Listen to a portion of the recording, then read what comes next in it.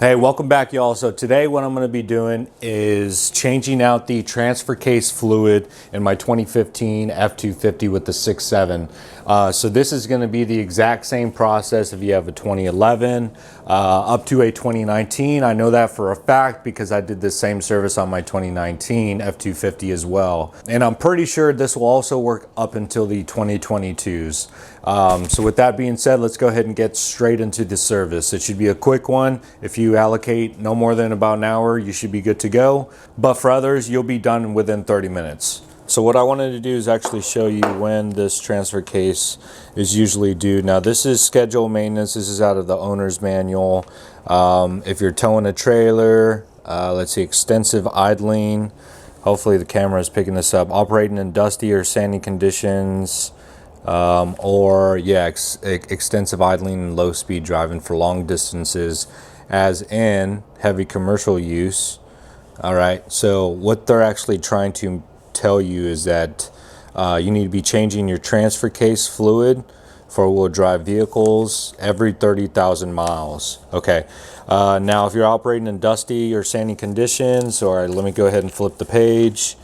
Let's see, off-road operation. All right, it's actually wanting you to change transfer case fluid for four-wheel drive vehicles only, obviously, every 60,000 miles. So it's go ahead and safe to say, you know, at least every 60,000 miles, go ahead and replace your transfer case fluid. All right, so materials that you're gonna need today, all right, is gonna be a drain pan. I got some shop rags, towels. You're gonna need some Mercon LV. All right, low viscosity automatic transmission fluid, and for these specific bottles I got a hand pump, and all this I can throw into the description below if you need these same parts, materials, oil, to do this service on your own. Pulling up the owner's manual again, so it says transfer case fluid, 2 quarts, Motorcraft transfer case fluid. And here's the specific Ford part number. I believe the transfer case fluid was discontinued, and now the Mercon LV took over and replaced the use of transfer case fluid. So what we need to do is have at least 2 quarts. I like to have at least 1 extra quart, so I have a total of 3. All right, so with that being said, let's go ahead and get underneath the truck. If you do have a 4x4 package, you're gonna have to remove the metal plate that's protecting the transfer case, and that's really 4 13mm bolts. 2 came off from right here, and there's 2 on the opposite side. Pretty cut and dry, I already took care of that. But what we're going to be dealing with today is using our 3A drive ratchet. I have an extended range fuel tank by Titan, so it's a total of 60-gallon fuel tank. Kind of getting in the way, but I still have plenty of space to get up underneath here and take care of this service. All right, so here is the fill hole, and then here's the drain. So what we're going to need is an Allen bolt that I have in my toolbox. I'll go ahead and let you know what size that is, but we're going to go ahead and remove this bolt first right here, and then actually drain the transfer case by pulling out this bolt right here. All right guys, so I went ahead, removed both bolts.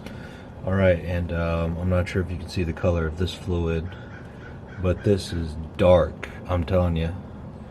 This is way past due. I'm not sure if you can see that. Anyways, it's super thick. Shouldn't be this thick. It's been beat up. Anyways, this is why we do these services. Granted, it had a lot of maintenance services on the Carfax, but you just don't know if they kind of take care of everything.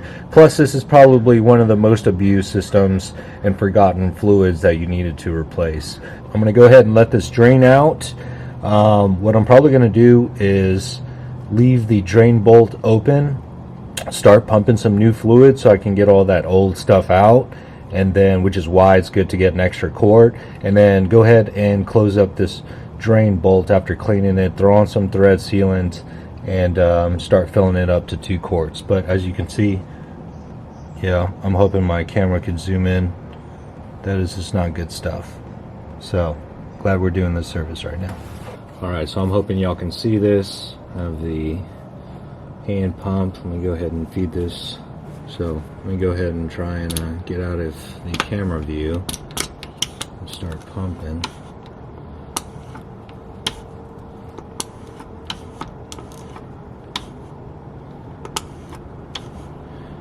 And I wish y'all can see the difference with the fluid color, this Mercon LV versus the old stuff. So I'm glad I'm doing this right now, which is why I like getting that extra cord. Give it a couple more pumps, let it go through the system, hopefully get all that bad stuff out, that old stuff. Go ahead and close the drain bolt and then start filling it. So we'll give this probably a minute or two, let it drain out, and then yeah, go ahead and put that drain bolt back on. Alright guys, so I have the drain bolt. I put some thread sealant. It's not really required, but it's what I like to do when it comes to these kinds of bolts. So let's go ahead and get this on. Alright, so let's go ahead and tighten this up. I'll go ahead and list the torque spec down below, but the torque spec that I'm using right now is just going to be tight.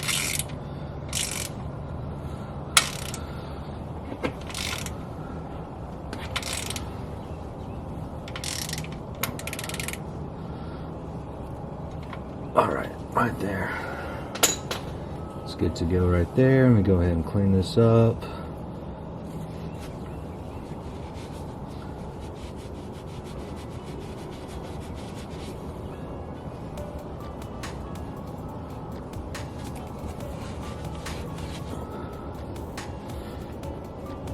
Alright, so now let's go ahead and get this filled.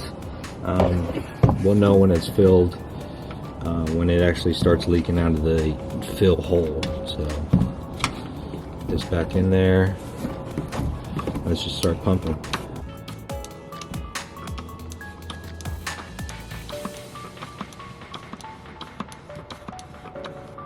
Alright guys, so if you can see that drip, that's when you know it's full. Alright, just go ahead and leak out, kind of let it do its thing, level off, and then we'll go ahead and put that fill bolt back on and then finish up the service.